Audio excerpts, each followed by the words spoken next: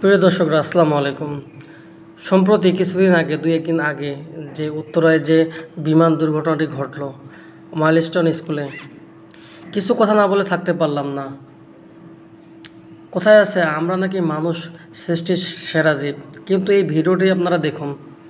এই ছোট্ট ভাইটি আগুনে দগ্ধ হয়েছে এবং সে বাইরে বের হয়ে এদিক থেকে ওদিক ছড়াছড়ি করতেছে।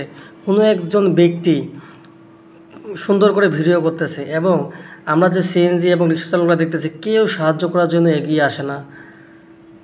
আমাদের এই কি মানবতা? কেন সাহায্য করা যাইতো না? আবার আমরা দেখতেছি আরেক জায়গায় যে হসপিটালে প্রচুর ঠান্ডা পানির প্রয়োজন, অথচ দোকানদার রাতে 20 টাকার পানি 600 টাকা পর্যন্ত নিচ্ছে কিনে। এই তার নমুনা। এই হাজার হাজার লোক গিয়ে সবাই ফোন ক্যামেরা নিয়েই ব্যস্ত ভিডিও।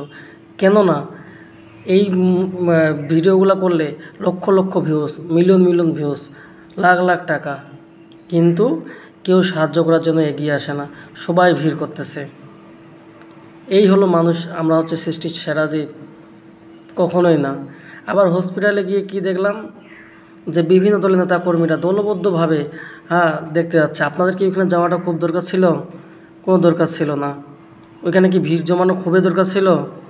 কখনোই না। আসলে আমরা কবে যে সভ্য জাতিতে পরিণত হব একমাত্র আল্লাহই জানে। সবাই দোয়া করবেন সেই বাবা মার জন্য যারা চোখের পানি ফেলতেছেন। কীভাবে সান্ত্বনা দিব বলে উঠতে পারতেছি না। আল্লাহ মালিক, আল্লাহ যেন সেই বাচ্চাগুলোকে জান্নাতে তকমা পৌঁছে দেখ। আমিন।